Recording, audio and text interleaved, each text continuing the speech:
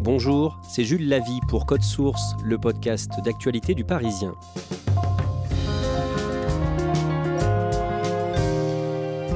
Le 10 février, le Parisien a consacré une enquête à la question encore taboue des fausses couches.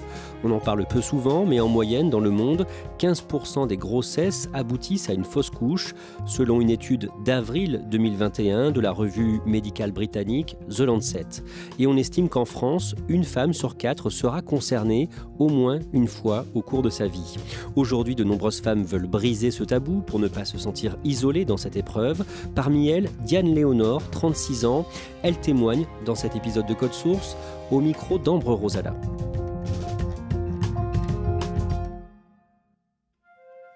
Diane Léonore m'accueille chez elle, dans le 20e arrondissement de Paris, avant sa journée de travail. Elle est cadre dans une grosse entreprise internationale et vit à Paris depuis presque 15 ans, mais elle me raconte qu'elle est née en 1984 dans le sud-ouest de la France, où elle grandit avec ses 2 parents et ses 2 sœurs, l'une plus grande et l'autre plus petite qu'elle. Enfant, je dirais que j'étais une petite fille joyeuse, pleine de vie.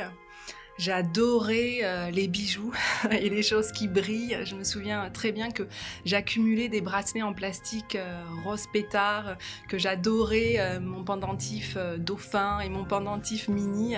Et à la fois, comme j'ai grandi à la campagne, j'étais très proche de la nature, j'étais vraiment ancrée dans la terre et donc j'adorais partir à vélo sur des chemins que je connaissais pas et retrouver ma route après. Donc j'avais un peu ce côté également aventure. Après son bac, Diane part faire des études de commerce à Rouen, en Normandie.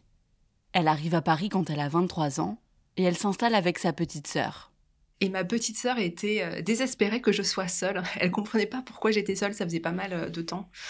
Et du coup, elle avait décidé de me faire rencontrer quelqu'un. Donc elle avait demandé à un de ses collègues, qui était plus âgé qu'elle, de me faire rencontrer des personnes. Et puis il disait toujours oui, mais il faisait jamais rien. Et un jour, ma petite sœur lui a dit « Mais en fait, t'as pas de parole, tu présentes personne à ma sœur. » Et donc, piqué au vif, le lendemain, il organisait un verre avec un de ses amis et ma sœur. Et moi, j'ai été vraiment très loin de savoir tout ça. Donc, je suis allée à ce verre complètement innocente. Je savais pas du tout ce qui se tramait. Et finalement, j'ai rencontré mon mari. Quelque chose de complètement arrangé, mais qui a fonctionné. Diane a 28 ans quand elle se met en couple avec Maxime, et c'est tout de suite une évidence entre eux. Ils aiment tous les deux voyager, et ils découvrent ensemble le Pérou, le Sri Lanka, la Turquie ou encore l'Inde. Puis en 2017, quand Diane a 32 ans, ils décident de fonder une famille. Diane arrête sa contraception, et quand elle fait un test de grossesse quelques mois plus tard, il y a bien une 2e barre qui s'affiche pour indiquer qu'elle est enceinte, mais celle-ci est vraiment très pâle. C'est pas du tout l'effusion de joie à laquelle on aurait pu s'attendre, c'était plutôt de la retenue. Parce qu'on se disait, je suis peut-être enceinte, mais vraiment, c'est pas très significatif. Qu'est-ce que veut dire le test ? Donc, je me suis rendue dans une pharmacie, j'en ai parlé à une pharmacienne, elle m'a dit, non, mais laissez tomber, si vous avez une ordonnance, allez directement faire une prise de sang.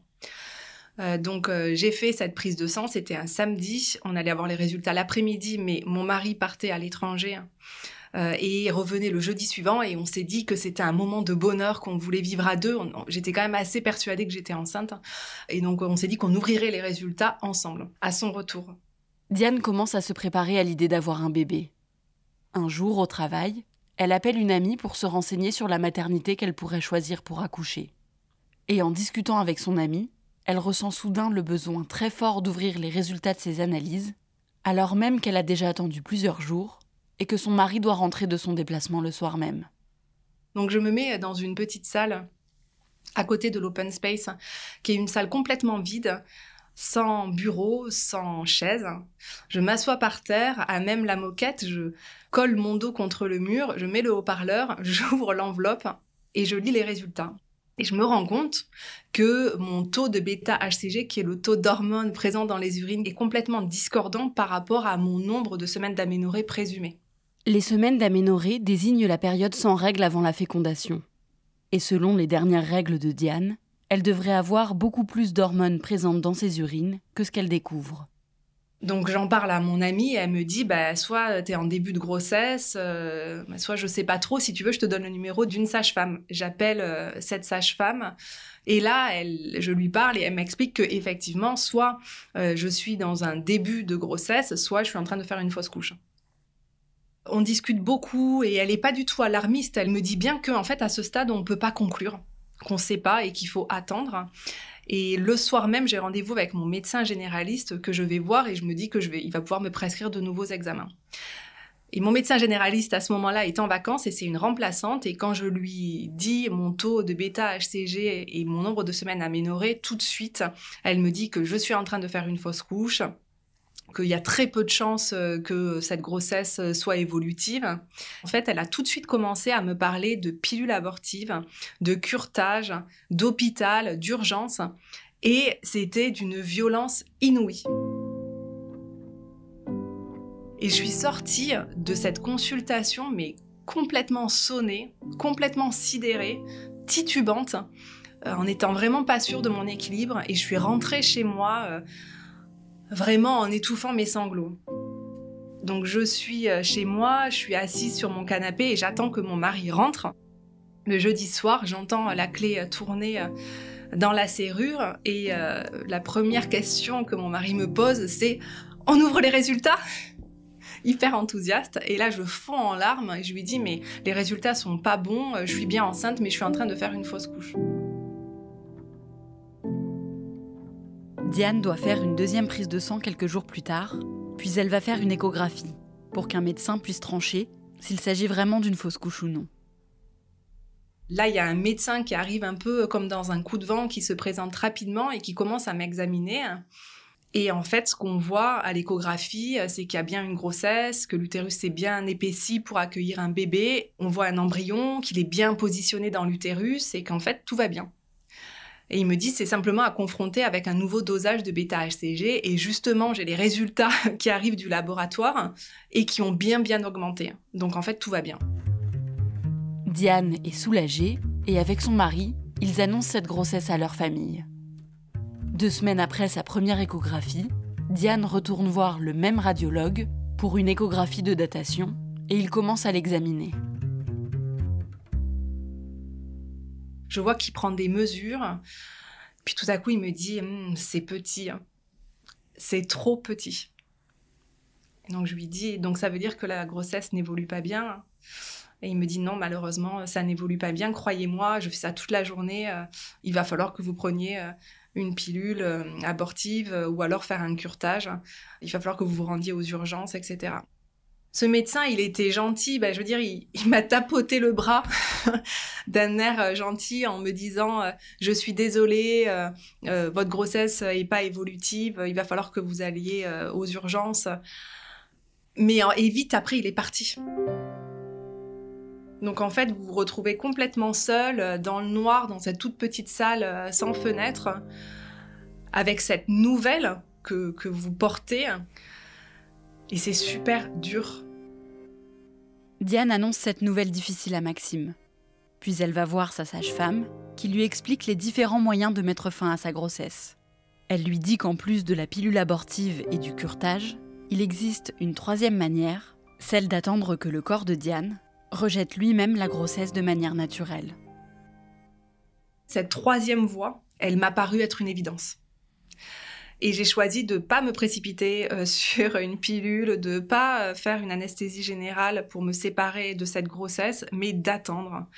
Et ça a été pour moi salvateur parce que j'avais besoin de me faire à l'idée que j'allais perdre physiquement ce bébé.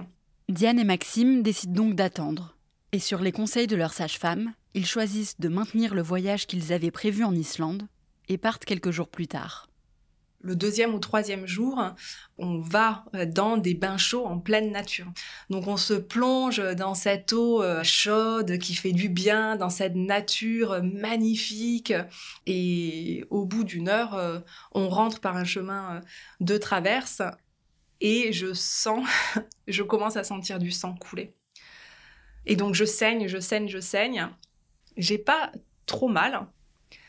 J'étais extrêmement sereine sur ce qui était en train de se passer.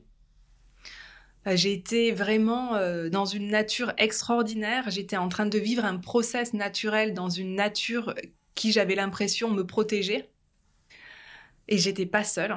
J'étais vraiment accompagnée de mon mari et je pouvais partager avec lui tous mes ressentis émotionnels et physiques. On a vécu cette fausse couche à deux, on était ensemble. Et donc, ce qui était important pour moi aussi, c'était que mon mari n'était pas du tout en train de banaliser ce que j'étais en train de vivre. Il était en train de le vivre avec moi. Et ça a été crucial après pour la suite de l'aventure. À leur retour d'Islande, Diane fait une échographie pour vérifier qu'elle est en bonne santé après sa fausse couche.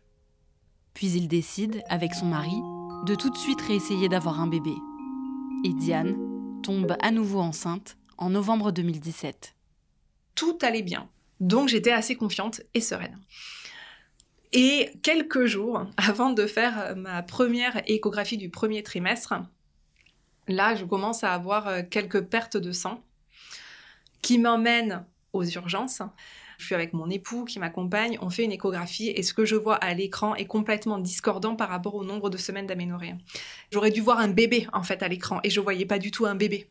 Je voyais un sac gestationnel et je voyais pas un bébé formé à l'intérieur. Donc je savais que c'était fini. Tout de suite, j'ai su que c'était fini. Et l'interne qui nous a reçus nous a dit il faut encore attendre, refaire un autre examen. Et je me souviens de lui avoir donné les dates les unes après les autres et de lui avoir dit non, en fait, il n'y a pas besoin de faire un autre examen, c'est fini. Et ça m'a fait beaucoup de bien quand elle a dit effectivement, avec ce que vous êtes en train de me dire, il y a très très peu de chances que votre grossesse soit évolutive. Ça m'a fait du bien en fait qu'elle reconnaisse ça m'a fait du bien. Et donc les sentiments que j'ai pu éprouver, c'était effectivement de la tristesse, de la colère, de la culpabilité, parce que tu te dis pourquoi ça nous arrive 2 fois à nous. Et puis, t'as surtout un énorme sentiment d'impuissance, parce que tu peux juste rien faire. Diane décide à nouveau de laisser la fausse couche se dérouler naturellement, sans prendre de pilule contraceptive. Et quelques jours plus tard, alors qu'elle rentre du travail, elle commence à avoir mal. J'ai commencé à avoir des douleurs au ventre, au bas-ventre assez importantes. Mon mari était rentré. Et là, je faisais des allers-retours entre les toilettes et ma chambre. Et j'ai vraiment eu besoin, à un moment donné, de m'allonger sur mon lit. J'avais les mains croisées sous mon ventre et j'étais obligée de bouger. Je bougeais à gauche, à droite et je grognais dans mon oreiller. On aurait vraiment dit une bête sauvage blessée. Et ce qui était assez étonnant, c'est que tout à coup, les douleurs se sont arrêtées. Et donc tout à coup, je me suis rassis sur le bord de mon lit en me disant est-ce que ce que je suis en train de vivre, c'est un rêve, un cauchemar est-ce que j'ai vraiment vécu ce que je suis en train de vivre? Et puis tout à coup, retour à la normale, donc plus de douleur, vraiment très particulier. Diane et Maxime voudraient faire des tests pour comprendre pourquoi ils n'arrivent pas à faire d'enfants. Mais leur médecin leur dit que ce n'est pas la peine de s'inquiéter tout de suite et qu'ils devraient réessayer. Et en février 2018, Diane tombe enceinte pour la 3e fois. Elle et Maxime sont très heureux, mais elle angoisse à l'idée de faire une nouvelle fausse couche. À nouveau, à peu près au même moment, juste avant l'échographie du premier trimestre, je recommence à avoir des saignements et je me souviens, on était dans un état avec mon mari, on s'est dit mais c'est pas possible. Quand on va aux urgences pour la 3e fois et qu'on m'examine, et là vraiment, mais il y a une tension dans l'air, j'entends mon mari respirer comme un buffle à côté de moi, hyper tendu. Moi, je me souviens d'un interne qui me dit calmez-vous madame, calmez-vous. Et en fait, comme j'arrive pas à parler, je tremble de tout mon corps parce que j'ai tellement peur qu'on m'annonce encore que je suis en train de faire une 3e fausse couche. Finalement, quand elle pose la sonde sur mon ventre et qu'on voit un bébé en face sur l'écran, c'est un tel soulagement. On sort de cette échographie vraiment heureux avec mon mari. Et si mon mari il arrive à conserver ce moment de joie, moi, en fait, je le perds assez rapidement parce que tout de suite après vient la peur. J'ai perdu toute ingénuité concernant la grossesse, toute naïveté, toute insouciance et toute légèreté. Je sais qu'à tout moment, tout peut se terminer. Et ça, c'est hyper difficile.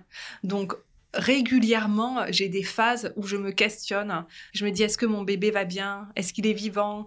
Vraiment, ça tourne en boucle dans ma tête. Donc, quand j'ai des examens médicaux qui se passent bien, où je vois que le bébé va bien, qu'on entend son cœur, mais je suis hyper rassurée. Mais ça dure que quelques jours et après, les questions reviennent.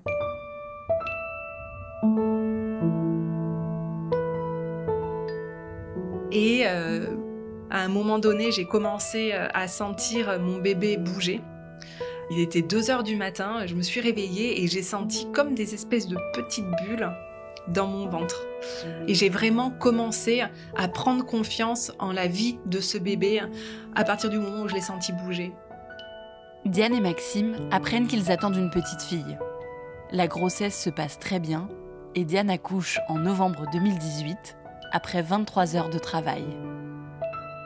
Quand elle est enfin née, je me souviens d'avoir ressenti quelque chose de complètement bizarre parce que ça faisait 23 heures que j'étais en travail, mais je me suis dit tout à coup quand elle était dans mes bras, je me suis dit mais d'où elle vient? Et ensuite, je me suis dit waouh, c'est absolument fascinant d'avoir mon mari et moi créé un être. J'ai trouvé ça extraordinaire. Pendant son congé maternité, Diane entame l'écriture d'un livre qui s'appelle 2 corbeaux et une cigogne et qui sort en février 2021. Elle y raconte sans détour comment elle a vécu ses 2 fausses couches et espère enfin briser le silence autour de ce sujet. Je me suis rendu compte en faisant des fausses couches qu'il y avait un vrai tabou sur la fausse couche, qu'on n'en parlait pas alors que ça concerne énormément de femmes et que c'est pas anodin dans la vie d'une femme et d'un couple de faire une fausse couche. C'est un deuil, quel que soit finalement le stade de la grossesse, parce que la souffrance que la femme et que le couple va ressentir, elle se mesure pas au nombre de semaines d'aménorrhée. Il y a beaucoup de femmes qui ont expérimenté des petites phrases assassines, type « c'est pas grave, vous en aurez d'autres ». Moi, j'ai entendu aussi, à ce stade, c'était qu'un amas de cellules.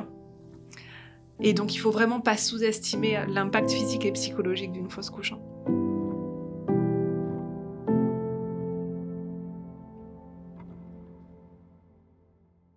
Ambre, Diane a eu un autre enfant après la naissance de sa fille, un petit garçon. Oui, elle a eu un autre enfant, donc un petit garçon qu'elle a eu juste après la naissance de sa fille. Ils n'ont même pas 2 ans d'écart. Donc c'est vraiment porteur d'espoir. Ça montre qu'on peut faire plusieurs fausses couches consécutives et avoir par la suite plusieurs bébés en bonne santé. On le disait dès le générique de cet épisode, beaucoup de femmes sont concernées. Oui, ça concerne beaucoup plus de femmes qu'on le pense. En France, il y a 1 femme sur 4 qui fait une fausse couche dans sa vie. C'est 200 000 femmes chaque année et c'est pour ça que Diane m'a dit qu'elle tenait autant à parler de ce sujet parce que ça concerne en fait énormément de femmes et que ça reste finalement assez tabou comme sujet. Et depuis la sortie de son livre, est-ce qu'elle continue aujourd'hui à parler de ce qu'elle a vécu ? Oui, elle continue à témoigner autant qu'elle peut, notamment dans des interviews, mais surtout, elle a créé un site internet sur la maternité, donc c'est gloriamama.com, dans lequel elle parle de ses fausses couches, mais aussi de plein d'autres sujets liés à la maternité. Elle récolte les témoignages de plein de femmes qui racontent leurs différentes expériences sur la grossesse, l'accouchement, la PMA, la procréation médicalement assistée. Et l'idée, c'est vraiment de parler de la maternité, de parler de tout ce dont on ne parle pas forcément et de briser tous les tabous qu'il peut y avoir. Merci Ambre Rosala et merci à Elsa Marie pour l'idée de ce sujet. Cet épisode de Code Source a été produit par Clara Garnier-Amouroux, Thibault Lambert et Sarah Amni. Réalisation Julien Moncouquiol. Code Source est le podcast d'actualité du Parisien. Un nouvel épisode chaque soir de la semaine. Pour n'en rater aucun, n'oubliez pas de vous abonner sur votre application audio préférée. Vous pouvez nous contacter pour nous faire des retours sur Twitter @codesource ou nous écrire directement codesource@leparisien.fr.